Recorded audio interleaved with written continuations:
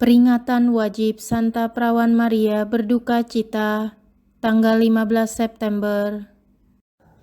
Betapa dahsyatnya duka cita Bunda Maria.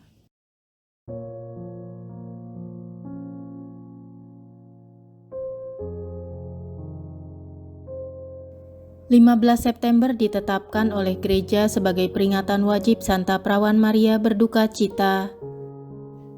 Gelar Bunda Duka Cita diberikan kepada Maria dengan menitik beratkan pada sengsara dan duka citanya yang luar biasa selama sengsara dan wafat Kristus. Di antara banyak arti nama Maria, Santo Albertus Agung menegaskan, salah satunya berarti laut pahit. Jadi pada Maria berlaku nubuat Nabi Yeremia, luas bagaikan laut reruntuhanmu. Sama seperti laut, seluruhnya pahit dan asin, demikian juga hidup Maria senantiasa dipenuhi kepahitan, karena bayangan akan sengsara Sang Penebus yang senantiasa ada di benaknya.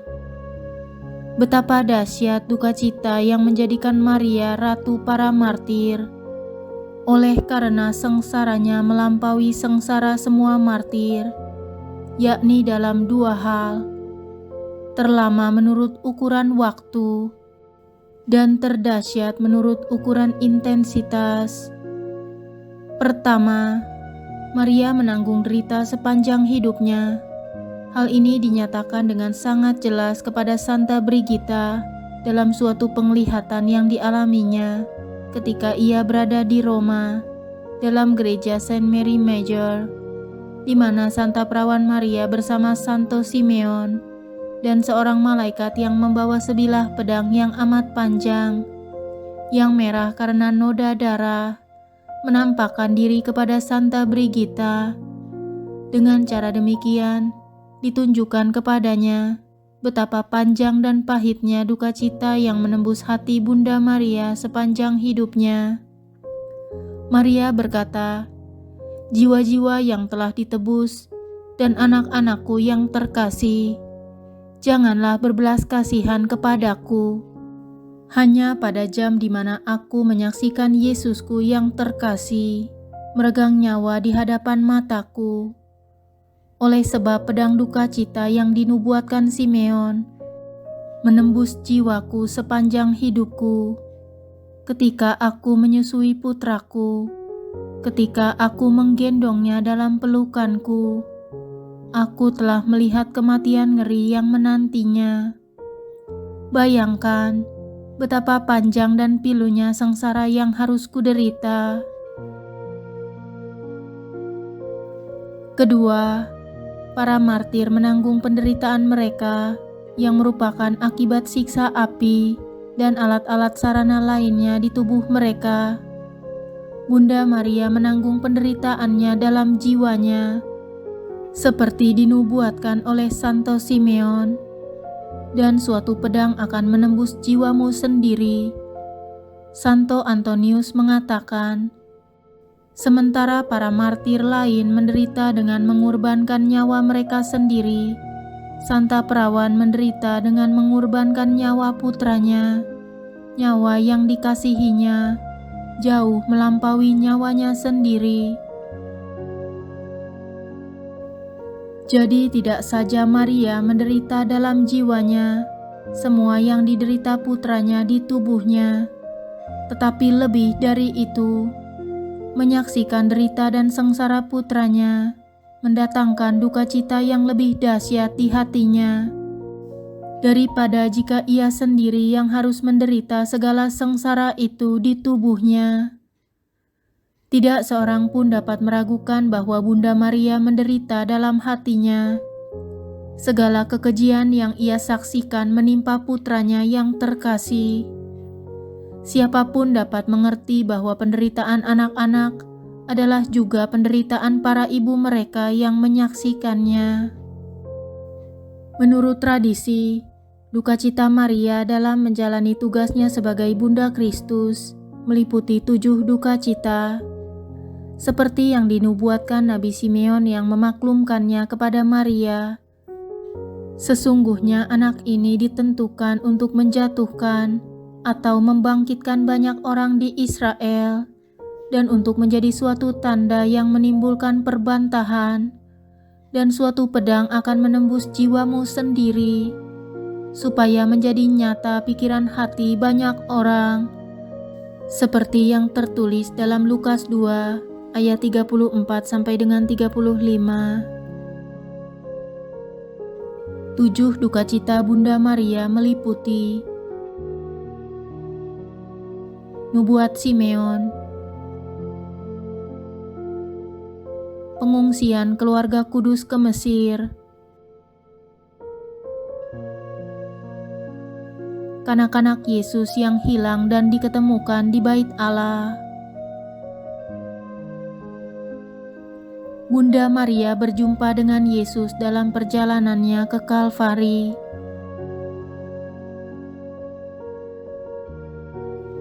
Bunda Maria berdiri di kaki salib ketika Yesus disalibkan,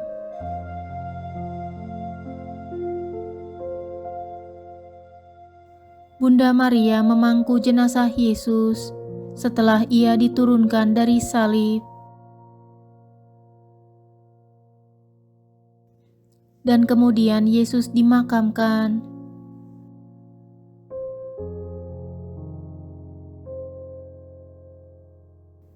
Secara keseluruhan, nubuat Simeon bahwa sebilah pedang akan menembus hati Bunda Maria digenapi dalam peristiwa-peristiwa tersebut. Oleh sebab itu, Bunda Maria terkadang dilukiskan dengan hatinya terbuka dengan 7 pedang menembusinya. Dan yang terpenting ialah bahwa setiap duka cita diterima Bunda Maria dengan gagah berani dan penuh kasih, dan dengan penuh kepercayaan, seperti digemakan dalam fiat-Nya. Jadilah padaku menurut perkataanmu, yang diucapkannya pertama kali dalam peristiwa kabar sukacita. Peringatan Santa Perawan Maria berduka cita mulai populer pada abad ke-12, meskipun dalam berbagai gelar yang berbeda. Beberapa tulisan didapati berasal dari abad ke-11, teristimewa di kalangan para biarawan Benediktin. Pada abad ke-14 dan ke-15, peringatan dan devosi ini telah tersebar luas di kalangan gereja. Yang menarik, pada tahun 1482, peringatan ini secara resmi dimasukkan dalam Missale Romanum dengan gelar Santa Perawan Maria, Bunda berbelas kasihan, Our Lady of Compassion, dengan menekankan besarnya cinta kasih Bunda Maria yang diperlihatkannya dalam sengsara bersama putranya. Kata compassion berarti dari kata Latin yang artinya menderita bersama. Duka cita Bunda Maria melampaui duka cita siapapun, oleh sebab ia adalah Bunda Yesus, yang bukan hanya putranya, melainkan juga Tuhan dan Juru Selamatnya.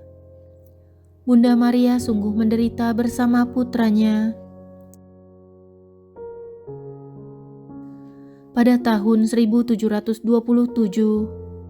Paus Benediktus ke-13 memasukkan peringatan Santa Perawan Maria Bunda berbelas kasihan dalam penanggalan Romawi yang jatuh pada hari Jumat sebelum hari Minggu Palma. Peringatan ini kemudian ditiadakan dengan revisi penanggalan yang diterbitkan dalam Missale Romawi tahun 1969. Pada tahun 1668, peringatan untuk menghormati 7 duka cita Maria ditetapkan pada hari Minggu setelah tanggal 14 September, yaitu Pesta Salib Suci. Peringatan ini kemudian disisipkan dalam penanggalan Romawi pada tahun 1814 dan Paus Pius ke-10 menetapkan tanggal yang permanen, yaitu tanggal 15 September sebagai peringatan 7 duka Santa Perawan Maria, yang sekarang disederhanakan menjadi peringatan Santa Perawan Maria berduka cita Penekanan utamanya di sini adalah Bunda Maria yang berdiri dengan setia di kaki salib, di mana putranya meregang nyawa. Seperti dicatat dalam Injil Santo Yohanes, ketika Yesus melihat ibunya dan murid yang dikasihinya di sampingnya, berkatalah ia kepada ibunya, "Ibu, inilah anakmu." Kemudian katanya kepada murid-muridnya, "Inilah ibumu." Seperti yang tertuang dalam Yohanes 19 ayat 26 sampai dengan 27.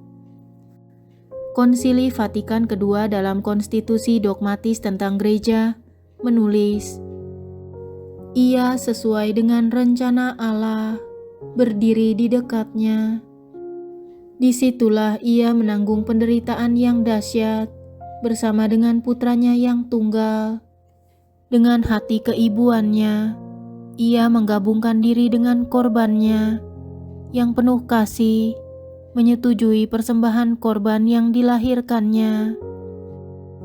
Santo Bernardus yang wafat pada tahun 1153 menulis, "Sungguh, ya Bunda Maria, sebilah pedang telah menembus hatimu. Ia wafat secara jasmani oleh karena kasih yang jauh lebih besar daripada yang dapat dipahami manusia.